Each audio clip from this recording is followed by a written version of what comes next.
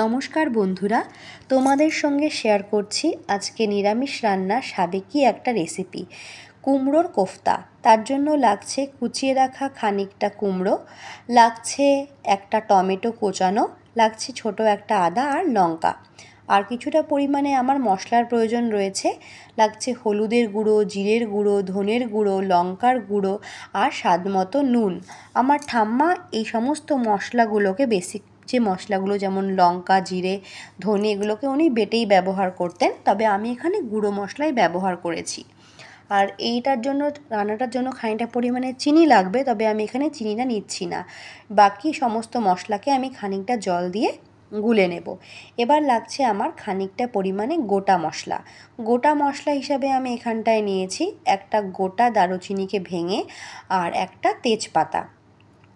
আমার ঠাম্মা এই দুটো মশলাই ব্যবহার করতো গোটা মশলা হিসেবে।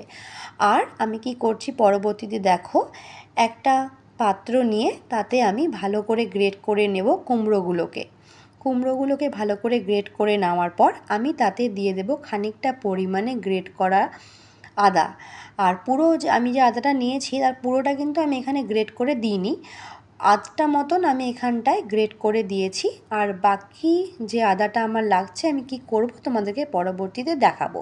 আর নিয়ে নিচ্ছি কুচনো লঙ্কাগুলোকে, এর মধ্যে দিয়ে দেব লবণ, হলুদ, দিয়ে নেব জিরের গুঁড়ো, দিয়ে নেব লঙ্কার গুঁড়ো, আর নিয়ে নেব 3 চামচ থেকে একটু বেশি পরিমাণে এখানে বেসন, আর দিয়ে নেব খানিকটা পরিমাণে গোলমরিচের গুঁড়ো। এবার এটাকে আমি ভালো করে মেখে নেব। কোফতার যে বেসিক বেস আমার এটাতেই কিন্তু তৈরি হবে। আর আমি এটা মাখার জন্য কিন্তু কোনো প্রকারের জল ব্যবহার করিনি। এটাকে ভালো করে আমি মেখে নেব। ভালো করে এই মণ্ডটাকে মেখে নিয়ে এটাকে দিয়েই আমি কিন্তু দেখো ভালো করে আমার মাখা হয়ে গেছে, এটা দিয়ে আমি কোফতাটা বানাবো।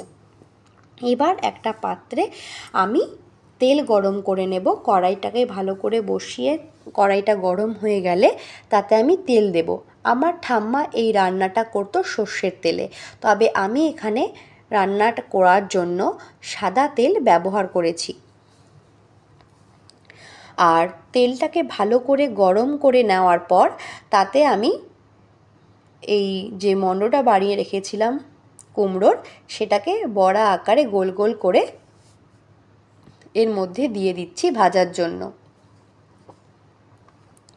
এখানে কিন্তু আমি এর ফ্লেমটা মিডিয়াম টু লো রেখেছিলাম, হাই ফ্লেমে কিন্তু ছিল না।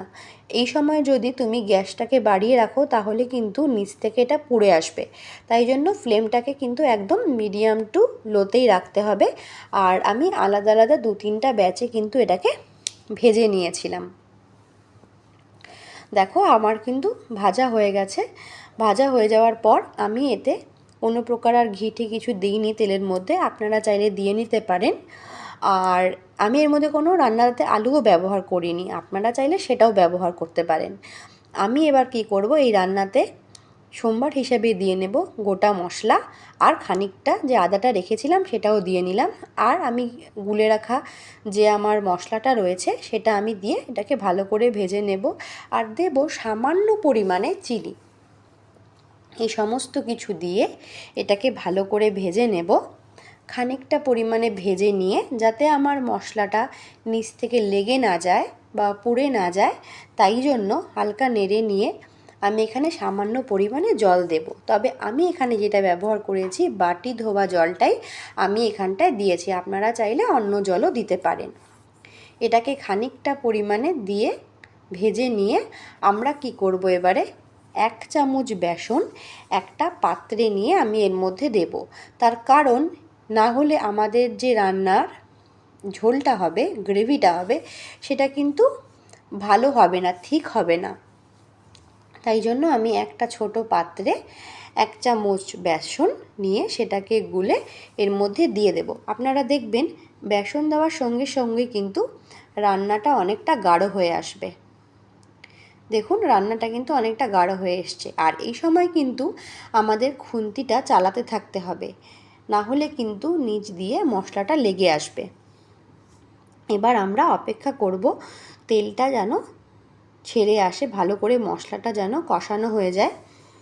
মশলাটা কষে গেলে তেলটা যখন ছেড়ে আসবে সেই সময় আমরা কি করব, খানিকটা পরিমাণে জল দিয়ে এটাকে ফুটতে দেব। আর আমাদের যে টমেটোটা আমরা কেটে রেখেছিলাম সেটার জন্য আমি আরেকটা জিনিস ব্যবস্থা করব, সেটা আপনাদেরকে দেখাচ্ছি। এইভাবে যখন ভালো করে তেলটা ছেড়ে আসবে, মশলাটা হয়ে যাবে, তখন আমরা এর মধ্যে দিয়ে দেব সামান্য পরিমাণে জল, আর এটা দিয়ে আমরা এটাকে ফুটতে দেব।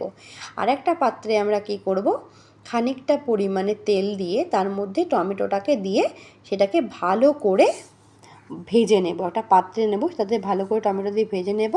আর সেই তেলটার মধ্যে আমরা দিয়ে দেব সামান্য পরিমাণে ধনে গুঁড়ো। ধনে বাটা ব্যবহার করা হয় সাধারণত, তবে এখানে আমি ধনে গুঁড়োটাই দিচ্ছি। এবার এটা হালকা ভাজা হয়ে এলে এটাকে আমরা কি করব, আমাদের রান্নার মধ্যে ট্রান্সফার করে দেব। এই ফুটন্ত তরকারির মধ্যে আমরা এটা দিয়ে খানিকটা পরিমাণে এটাকে ফুটতে দেব। যখন আমাদের রান্নাটা ভালো করে হয়ে আসবে, ফুটে যাবে, তখন আমাদের বানিয়ে রাখা, ভেজে রাখা কোফতাগুলো আমরা এর মধ্যে দিয়ে দেব। কোফতাটা দিয়ে দেওয়ার পর এটাকে আমরা রেখে দেব মোটামুটি 5 থেকে 7 মিনিট পর্যন্ত। আপনাদের যদি পরিমাণ বেশি থাকে, ধরুন আলু থাকলো, তাহলে আপনারা 7 থেকে 10 মিনিট পর্যন্ত এটাকে রেখে ফুটতে দেবেন। আমি এখানটায় 5 থেকে 7 মিনিট মতন রেখেছিলাম। আর এর মধ্যে আমি দিয়ে দেব খানিকটা পরিমাণে গরম মশলা। আমার ঠাম্মা গোটা গরম মশলাকে বেটে কিন্তু এখানটায় ব্যবহার করতো।